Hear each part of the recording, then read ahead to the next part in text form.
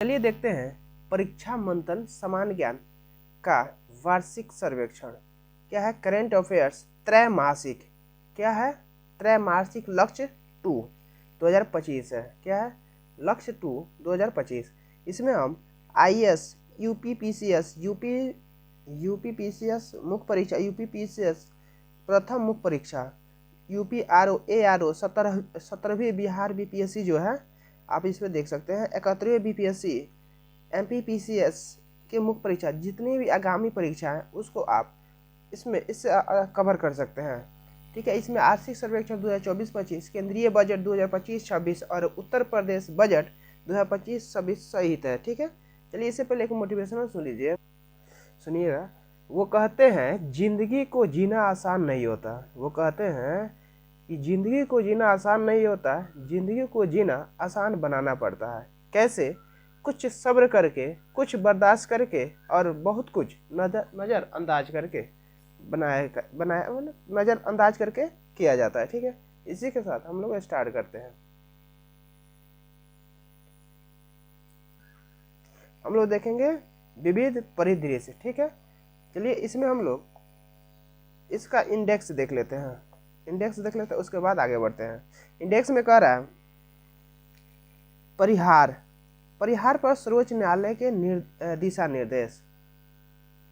ठीक है, सर्वोच्च न्यायालय के 75 वर्ष, उत्तराखंड के समान नागरिक संहिता लागू, राजस्थान धर्म परिवर्तन प्रतिषेध विधेयक, भारत में अधिवास और आरक्षण संबंधित मुद्दा, सर्वोच्च न्यायालय द्वारा समलैंगिक विवाह पर निर्णय, ब्लड मनी और उसका कानूनी वैधता, एमएसपी को वैधानिक बनाने की किसानों की मांग कितनी तर्कसंगत, भारतीय न्यायपालिका और असहमति, दिव्यांगता अधिकार का मूल अधिकार। ठीक है, स्टार्ट करते हैं अब पॉइंट बाय पॉइंट।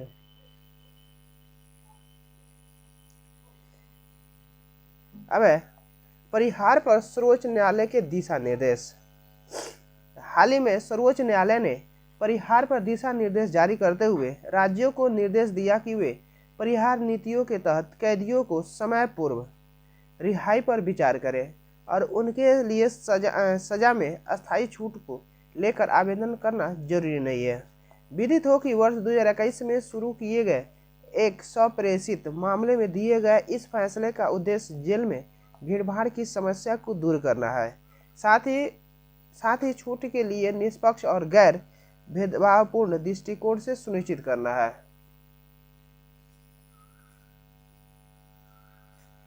अब परिहार नीति 2025 पर सर्वोच्च न्यायालय के नवीनतम दिशा निर्देश। राज्य को संवैधानिक और न्यायिक सिद्धांतों के साथ संरेखण सुनिश्चित करते हुए 2 महीने के भीतर एक स्पष्ट परिहार नीति तैयार करनी चाहिए। अब परिहार के मानदंड उचित होने चाहिए, जैसे कि माफा भाई, मोती भाई, सागर मामले 2024 में बरकरार रखा गया है। परिहार को मनमाने ढंग से रद्द नहीं किया जा सकता है। यदि शर्तों का उल्लंघन किया जाता है तो राज्य को अपराधी को औचित्य के साथ नोटिस देना चाहिए और अंतिम निर्णय लेने से पहले उसे जवाब देने का अवसर प्रदान करना चाहिए। ठीक है, अब परिहार क्या है? परिहार रिमिशन का तात्पर्य सजा की प्रकृति में परिवर्तन किए बिना जेल की सजा की अवधि को कम करना। इसमें दोषी को न्यायालय द्वारा निर्धारित मूल अवधि से पहले रिहा करने की अनुमति दी जा सकती है, बशर्ते कि वह विशिष्ट पात्रता मानदंडों को पूरा करता हो। अब संवैधानिक प्रावधान। अनुच्छेद 72 भारत के राष्ट्रपति को संघीय कानून के तहत या सैन्य न्यायालयों से जुड़े मामलों में अपराध के लिए दोषी ठहराए गए किसी भी व्यक्ति को सजा को क्षमा, विलंब, राहत या परिहार या निलंबित करने, क्षमा करने या सजा की अवधि कम करने का अधिकार प्रदान करता है। अब अनुच्छेद 161 राज्य कानूनों के तहत अपराधों के लिए राज्यपाल को समान शक्तियां प्रदान करता है।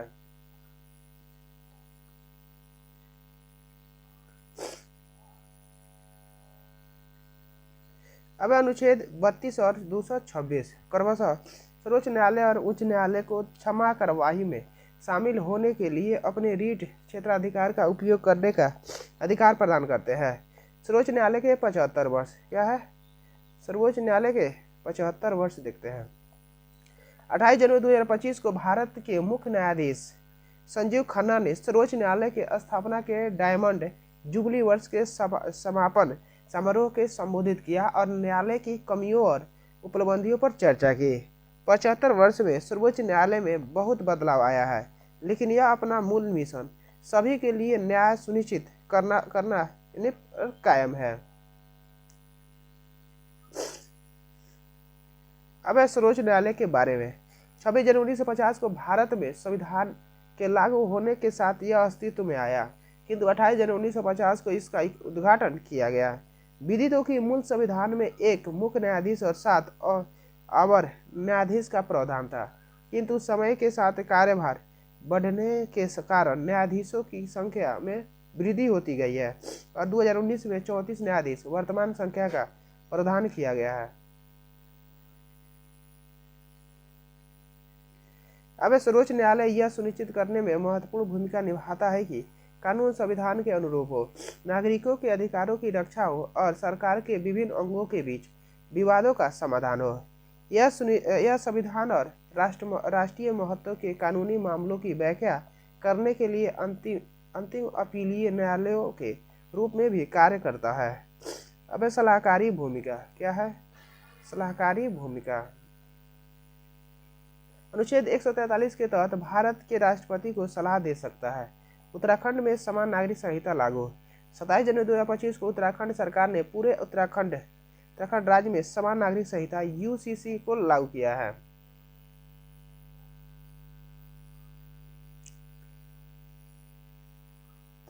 अब मुख्य बिंदु विदित हो कि अनुसूचित जनजाति और किसी प्राधिकरण द्वारा संरक्षित व्यक्ति और समुदायों को छोड़कर यूसीसी उत्तराखंड के सभी निवासियों पर लागू होगा।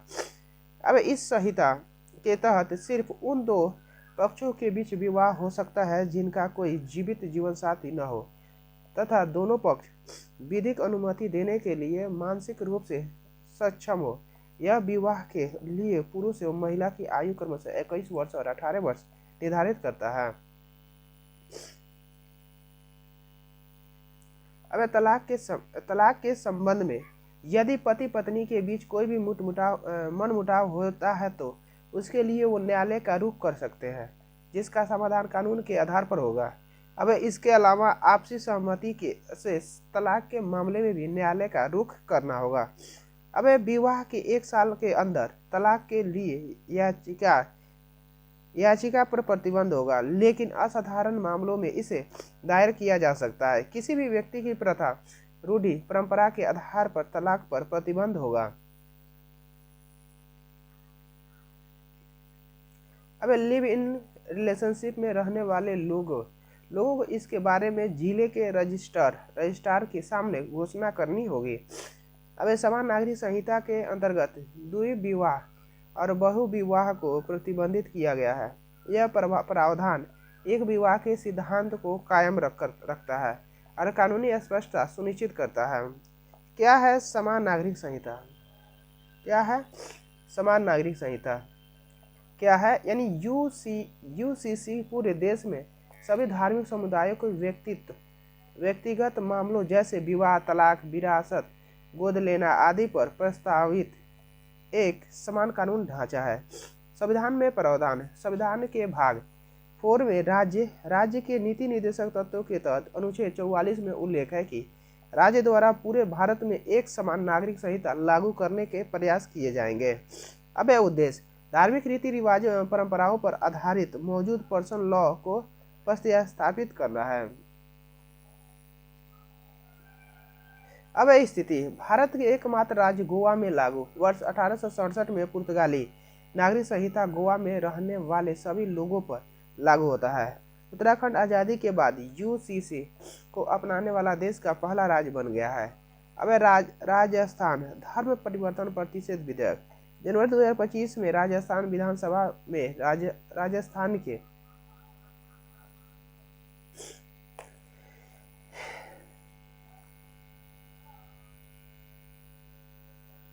चिकित्सा मंत्री गजेंद्र सिंह खीरवर ने राजस्थान विधि विरुद्ध धर्म परिवर्तन परिषद विधेयक 2025 प्रस्तुत किया है।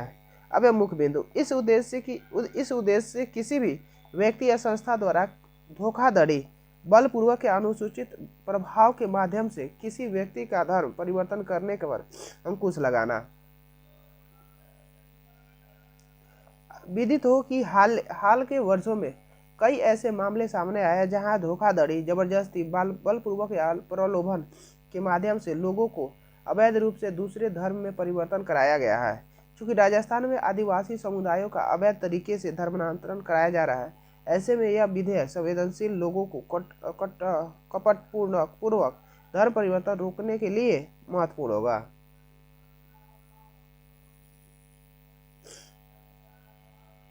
भारत में अधिवास एवं आरक्षण संबंधित मुद्दा। सर्वोच्च न्यायालय ने अपने हालिया निर्णय में देश के सरकारी मेडिकल महाविद्यालयों में स्नातकोत्तर यानी पीजी कोर्स में प्रवेश हेतु अधिवास आधारित आरक्षण को असंवैधानिक करार दिया है। अब अधिवास को आरक्षण के बारे में सामान्य बोलचाल में अधिवास से तात्पर्य रहने की जगह या अस्थायी निवास होता है। हालांकि भारतीय कानून में अधिवास की अवधारणा इससे अलग है। अब सर्वोच्च न्यायालय के अनुसार भारत में केवल एक ही अधिवास है जिसे हम संविधान के अनुच्छेद 5 के तहत भारत के क्षेत्र में अधिवास के रूप में संदर्भित करते हैं।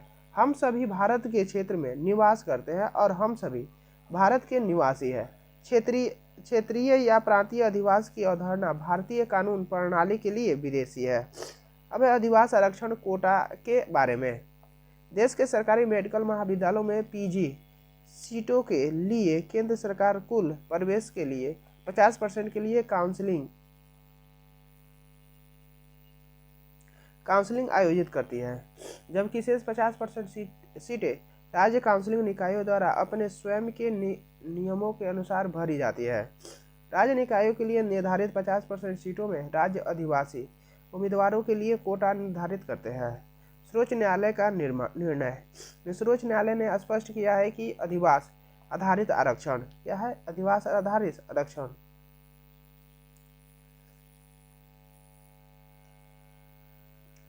अब अस्वीकार्य है क्योंकि ऐसा आरक्षण संबंधित संविधान के तहत नागरिकता और समानता के बीच विचार के विपरीत है।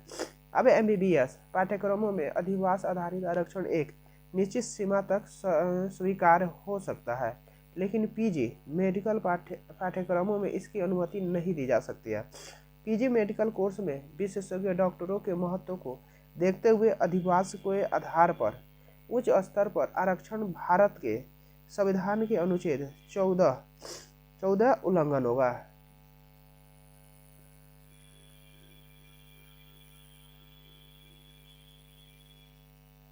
अब अगर इस तरह के आरक्षण की अनुमति दी जाए तो इससे कई छात्रों के मौलिक अधिकारों का उल्लंघन होगा, जिनके साथ सिर्फ इसलिए असमान व्यवहार किया जा रहा है क्योंकि वे संघ को दूसरे राज्य से हैं। अब एक देश के नागरिक और निवासी के रूप में हमारा साझा बंधन हमें भारत में कहीं भी अपना निवास चुनने का अधिकार देने के साथ ही भारत में कहीं भी व्यापार और व्यवसाय या पेश करने की अधिकार भी देता है। यह हमें भारत भर के शैक्षणिक संस्थानों में प्रवेश लेने का अधिकार भी दे लेता है। सर्वोच्च न्यायालय द्वारा समलैंगिक विवाह पर निर्णय। हाल ही में भारत के सर्वोच्च न्यायालय की 5वीं सदस्यीय पीठ ने अपने फैसले में अक्टूबर 2023 के फैसले के खिलाफ दायर समीक्षा याचिकाओं को खारिज कर दिया है, जिससे समलैंगिक विवाह को वैध बनाना स्वीकार कर दिया गया। विदित हो कि अक्टूबर 2023 के फैसले में भारत के मुख्य न्यायाधीश की अध्यक्षता वाली पीठ ने समलैंगिक विवाहों की संवैधानिक वैधता के खिलाफ 3 के बहुमत से फैसला किया था। समलैंगिक विवाह क्या है? समलैंगिक विवाह से तात्पर्य समान लिंग के दो व्यक्तियों के बीच विवाह अर्थात 2 पुरुषों के बीच या 2 महिलाओं के बीच विवाह से है। भारत में वैधता। बाद में समान लिंग वाले विवादों को मान्यता नहीं दी गई है। सर्वोच्च न्यायालय का निर्णय 2023। सर्वोच्च न्यायालय ने फैसला सुनाया कि विशेष विवाह अधिनियम SMA 1954 समान लिंग वाले युगलों पर लागू नहीं होता है और कहा कि इस पर कानून बनाना संसद और राज्य विधानमंडल का कार्य है। अब सर्वोच्च न्यायालय ने कहा कि भारतीय संविधान के तहत विवाह करना कोई मूल अधिकार नहीं है। हालांकि सर्वोच्च न्यायालय ने समान लिंग वाले युगलों के लिए अनुच्छेद 21 जीवन के अधिकार के तहत लिव इन पार्टनर के समान प्रदत्त समान लाभ प्राप्त करने का अधिकार को बरकरार रखा है।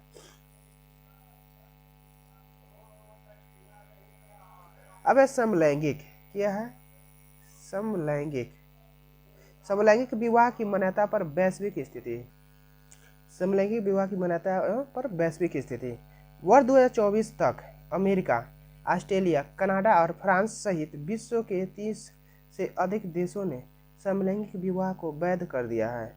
नीदरलैंड वर्ष 2001 में नागरिक विवाह कानून में संशोधन करके समलैंगिक विवाह को वैध बनाने वाला पहला देश था। अब ताइवान एशिया का पहला देश था जिसे समलैंगिक विवाह की वैध बनाया है।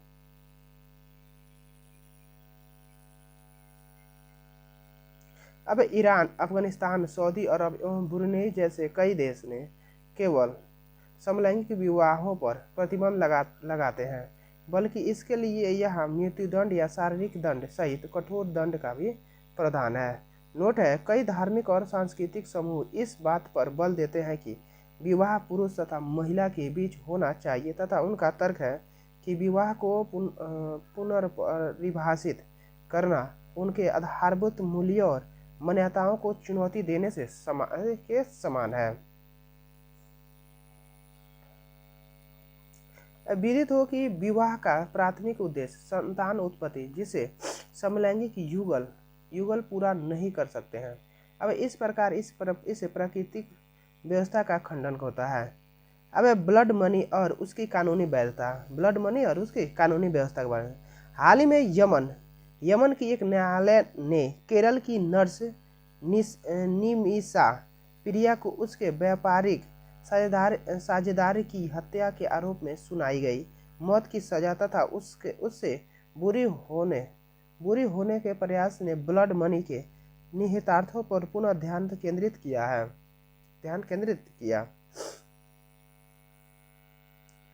क्या है ब्लड मनी? ब्लड मनी यानी दिया का उल्लेख इस्लामी शरिया कानून में है। कई देशों ने इसके प्रावधानों को घरेलू कानूनों में शामिल किया है। विदित हो कि ब्लड मनी या दिया के नियम के तहत अपराधी को पीड़ित व्यक्ति या उसकी मृत्यु होने पर उसके परिवार को एक निश्चित मात्रा में मूल्यवान संपत्ति मुद्रा का भुगतान करना होता है। यह प्रथा मुख्यतः अनजाने में हुई हत्या और गैर इरादतन हत्या के मामले में अपनाई जाती है।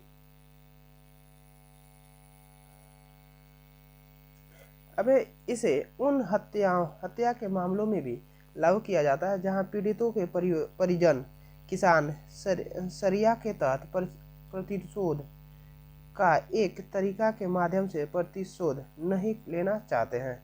अब इसका अंतिम लक्ष्य मानव जीवन की कीमत लगाना नहीं है, बल्कि प्रभावित परिवार की दुर्दशा एवं पीड़ा व उनकी आय में संभावित नुकसान को कम करना है।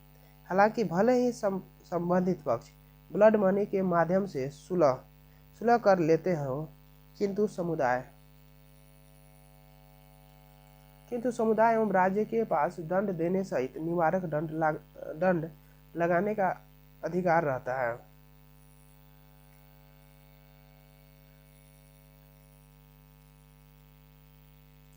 अब MSP को वैधानिक बनाने की किसानों की मांग कितनी तर्कसंगत है? हाल ही में भारत के सर्वोच्च न्यायालय ने प्रदर्शनकारियों किसानों से बातचीत न करने एवं उनकी शिकायतों का समाधान न करने के लिए केंद्र सरकार की आलोचना की।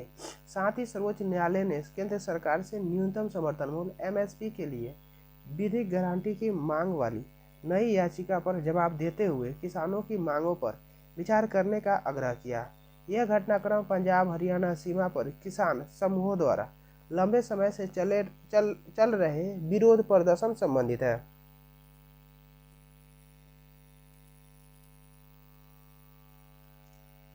अब क्या है एमएसपी की गारंटी से संबंधित याचिका। कृषि कानूनों को निरस्त करने के बाद 2021 के किसान विरोधी प्रदर्शन के दौरान किए गए वादों और आधार पर फसलों पर एमएसपी हेतु विधिक गारंटी की मांग की गई है। इस याचिका में मांग की गई कि कृषि उत्पादों के लिए स्थिर आय सुनिश्चित करने के क्रम में एमएसपी को विधिक अधिकारी के रूप में मान्यता दी जानी चाहिए। अब हाल ही में सर्वोच्च न्यायालय ने कई प्रत्यक्ष आदेश जारी न करते हुए इस मुद्दे को सुलझाने के लिए उच्चाधिकार प्राप्त समिति का उपयोग करने का सुझाव दिया तथा इस संदर्भ में केंद्र से तुरंत जवाब देने को कहा। इसमें सर्वोच्च न्यायालय की भागीदारी से चल रहे विरोध प्रदर्शन को विधिक बल मिलने के साथ ही अधिकार व्यवस्था तथा विधिक समाधान की आवश्यकता पर प्रकाश डाला है। अब किसानों के विरोध प्रदर्शन के कारण यदि विरोध प्रदर्शन भारत के वर्ष 1991 के आर्थिक उदारीकरण से संबंधित लंबे समय से चली आ रही है शिकायतों से प्रेरित, जिसमें कृषि की तुलना में औद्योगिकरण की प्राथमिकता दी गई थी।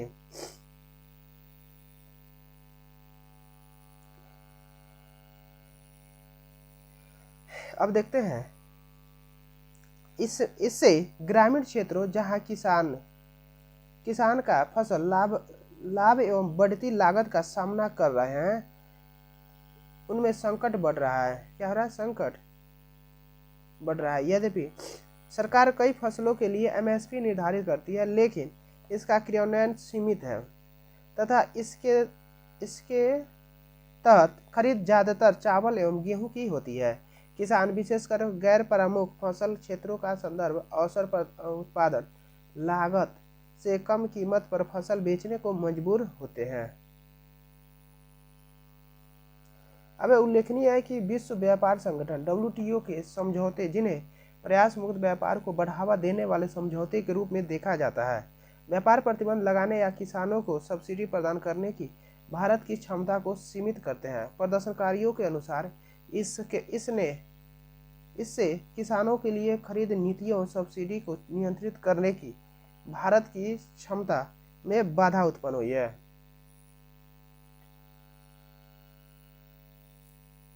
अब किसानों की प्रमुख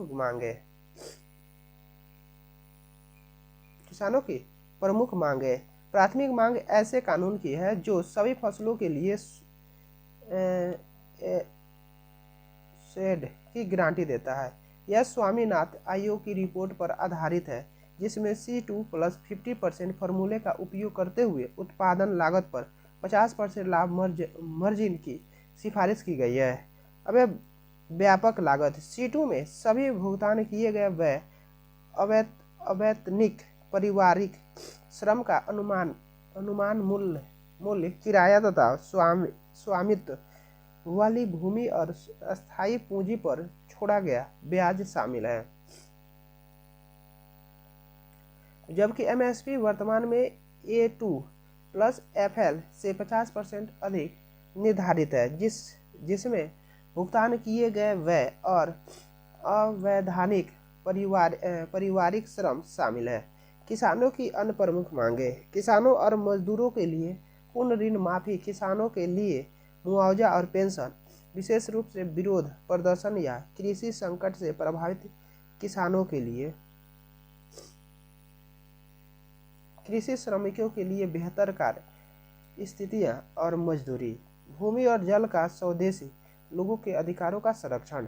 केंद्र सरकार का दृष्टिकोण। केंद्र सरकार ने बार बार कहा है कि एमएसपी के लिए कानूनी गारंटी देना अव्यावहारिक होगा, क्योंकि इसमें लॉजिस्टिक चुनौतियां और खरीद की उच्च लागत शामिल है। सरकार ऐसी नीति के आर्थिक प्रभावों को लेकर भी चिंतित है, जिसमें खाद्य, मुद्रास्फीति और बजटीय बाधाएं शामिल हैं।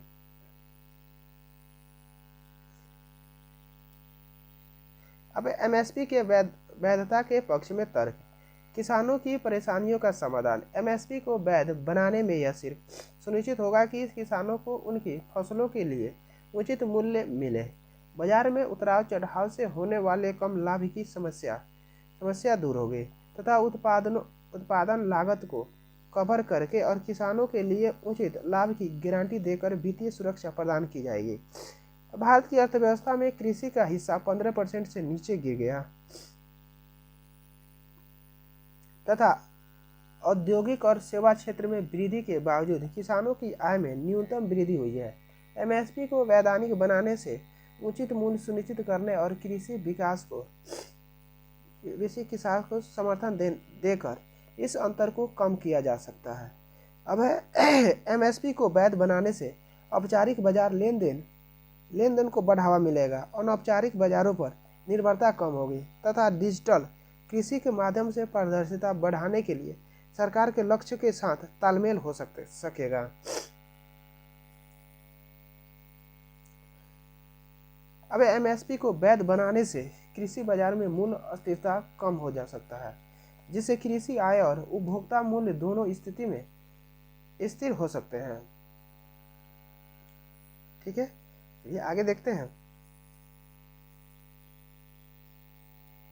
लागत गणना की वर्तमान विधियां प्रायः कृषि की वास्तविक लागत को दर्शाने में विफल रही है, जिससे परिणाम स्वरूप कीमतें किसानों के व्यय से भी कम हो जाती है। अब अधिक सटीक मूल्य निर्धारित मॉडल जैसे C+50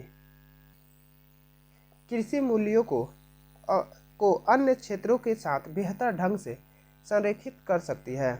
एमएसपी को वैध बनाने से किसानों को पूर्वानुमानित आय प्राप्त होगी, कृषि में निवेश को प्रोत्साहन मिलेगा तथा सतत पद्धति और हरित प्रौद्योगिकियों के माध्यम से उत्पादन में सुधार होगा। अब एमएसपी के वैधता के विपक्ष में तर्क। देश भर में सभी फसलों पर एमएसपी लागू करना अपर्याप्त बुनियादी ढांचों के कारण कठिन है, जैसे कि मंडी प्रणाली जो कई राज्यों में क्रियाशील नहीं है। सभी फसलों को एमएसपी पर खरीदने के लिए अत्यधिक वित्तीय संसाधनों की आवश्यकता होती है, जिससे बजटीय बाधाएं और संभावित आर्थिक तनाव बढ़ेगा। अब एमएसपी के कारण खाद्य पदार्थों की कीमतें बढ़ सकती है, जिससे उपभोक्ता प्रभावित होंगे, विशेषकर यदि सरकार को सभी फसलों पर एमएसपी पर खरीदने के लिए बाध्य किया जाए। एमएसपी का संविधिकरण कृषि बाजारों में आपूर्ति और मांग को वर्तमान गतिशीलता के बाधित कर सकता है, जिससे अंकुशलताएं उत्पन्न हो सकती है। विश्व व्यापार संगठन जैसे अंतर्राष्ट्रीय व्यापार समझौते सरकार की सब्सिडी प्रदान करने या कृषि व्यापार पर प्रतिबंध लगाने की क्षमता को सीमित करते हैं, जिससे एमएसपी के संविधिकरण की प्रभावशीलता कमजोर हो सकती है। भारतीय न्यायपालिका और असहमति लोकतंत्र का एक महत्वपूर्ण पहलू है। लोकतंत्र में यह सबके लिए नागरिकों, विधायिका के सदस्यों के साथ ही संवैधानिक न्यायालय के न्यायाधीशों के लिए भी महत्वपूर्ण है। दुनिया के दो मजबूत लोकतांत्रिक देश भारत और यूएसए की न्यायपालिका इस संदर्भ में अपनी असहमति को स्पष्ट रूप से व्यक्त करती है। हालांकि भारतीय सर्वोच्च न्यायालय में असहमति यूएस सुप्रीम कोर्ट जितनी ही शक्तिशाली है, लेकिन उनके कारण अलग अलग है। अभी अमेरिका में न्यायिक असहमति यूएस सुप्रीम कोर्ट SCOTUS की असहमति मुख्य रूप से न्यायाधीशों के राजनीतिक झुकाव पर आधारित है, क्योंकि वे राष्ट्रपति द्वारा सीधे नियुक्त किए जाते हैं, जिसकी पुष्टि सीनेट द्वारा की जाती है। उदाहरण के लिए डेमोक्रेट द्वारा नियुक्त न्यायमूर्ति स्टीफन ब्रेयर ने सकारात्मक कार्रवाई व गर्भपात के पक्ष में, जबकि मृत्युदंड के खिलाफ अपना दृष्टिकोण व्यक्त किया है।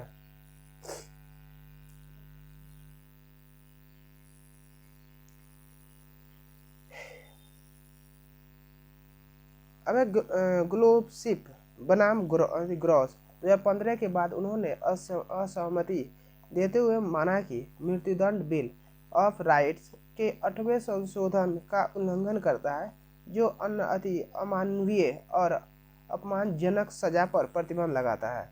और रिपब्लिकन द्वारा नियुक्त न्यायमूर्ति सैमुअल एलिटो गर्भपात और समलैंगिक अधिकारों के विरोध है। अबे और ओबरगेरफेल बनाम होजेस 2015 के बाद से उनकी असंहिता ने तर्क दिया कि संविधान में समलैंगिक जोड़ों के विवाह के अधिकार को संबोधित नहीं किया गया है और इसलिए न्यायालय इसे प्रदान नहीं कर सकती है। बाद में न्यायिक असंहिता के बारे में देखते हैं। अमेरिका के विपरीत भारतीय न्यायाधीश सत्तारूढ़ दल द्वारा नियुक्त नहीं होते हैं, बल्कि उनका चयन वरिष्ठ न्यायाधीशों के एक कॉलेजियम द्वारा किया जाता है। अब उनके निर्णयों में राजनीतिक निहितार्थ नहीं होते हैं। विदित हो कि एडीएम जबलपुर 1976 के मामले में 5 में से 4 न्यायाधीशों ने अनुच्छेद 359 के तहत राष्ट्रीय आपातकाल के दौरान अनुच्छेद 21 सहित मौलिक अधिकारों के प्रवर्तन के निलंबित रहने के पक्ष में सहमति व्यक्त की है।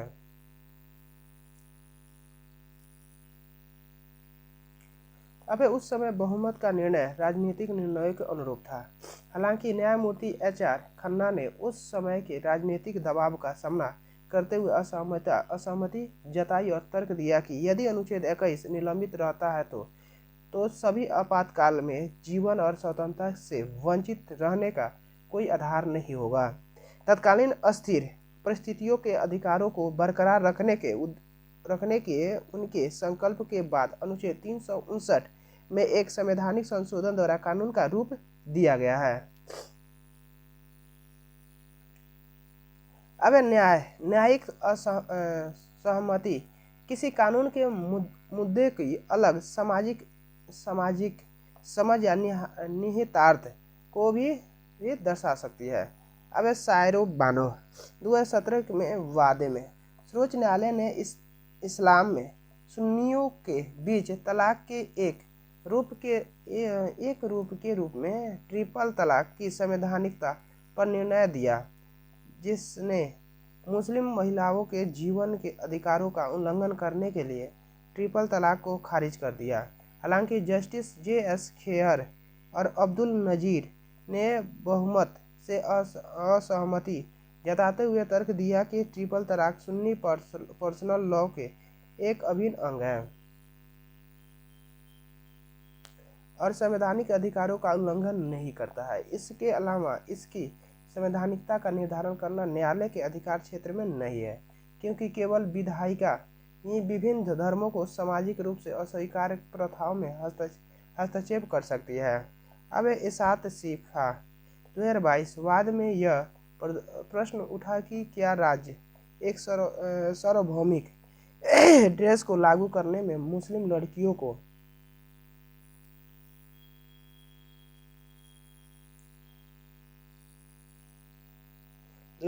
स्कूल में हिजाब पहनने से रोक सकती है। इसके मामले में भी 2 अलग अलग राय थी। न्यायमूर्ति हेमंत गुप्ता का मानना था कि धर्मनिरपेक्षता राज्य को ऐसा करने की अनुमति देती है क्योंकि धर्म एक निजी मामला है, जिसके लिए राज्य द्वारा संचालित स्कूल की कक्षाओं में कोई स्थान नहीं है। दूसरी ओर न्यायमूर्ति धुलिया इससे असहमत थे और उन्होंने विविधता, बहुलता और सहिष्णुता को संविधान की आधारभूत मूल्य माना। यह असहमति धर्मनिरपेक्ष की अलग अलग समझ से उपज थी। अब लालता प्रसाद बैस 2024 मामले में सर्वोच्च न्यायालय के 9 न्यायाधीशों ने निर्धारित किया कि क्या राज्यों के पास औद्योगिक शराब पर कर लगाने की विधायी क्षमता है या केवल केंद्र के पास ऐसा ही अधिकार है। तो इस मामले में 8 न्यायाधीशों से असहमत होते हुए न्यायमूर्ति BB नागरत्ना ने कहा कि राज्य औद्योगिक शराब पर कर नहीं लगा सकते।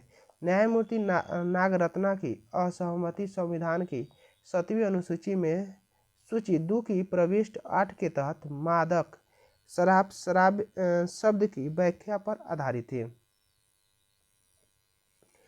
चलिए अब देख लेते हैं दिव्यांग क्या है।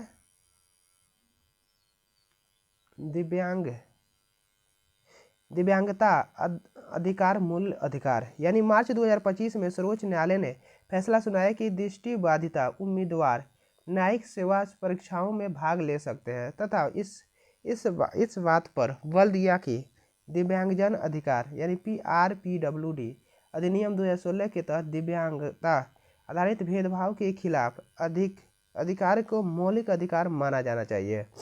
अब हाल में यह निर्णय मध्य प्रदेश न्यायिक सेवा परीक्षा नियम 1994 में राजस्व न्यायिक सेवा नियम 2010 से संबंधित याचिकाओं पर निर्णय लेते हुए दिया गया तथा इन्हें RPWD अधिनियम के साथ संरेखित किया गया है। अब इसके तहत मध्य प्रदेश न्यायिक सेवा 1994 के नियम 6A के रद्द कर दिया गया क्योंकि इसमें संवैधानिक योग्यता के बावजूद दृष्टिबाधित अभ्यर्थियों को शामिल नहीं किया गया था। अब न्यायिक सेवाओं से दृष्टिबाधिता उम्मीदवारों को बाहर करना संविधान में प्रदत्त समानता अनुच्छेद 14 और भेदभाव को प्रतिषेध अनुच्छेद 15 के अधिकार का उल्लंघन है।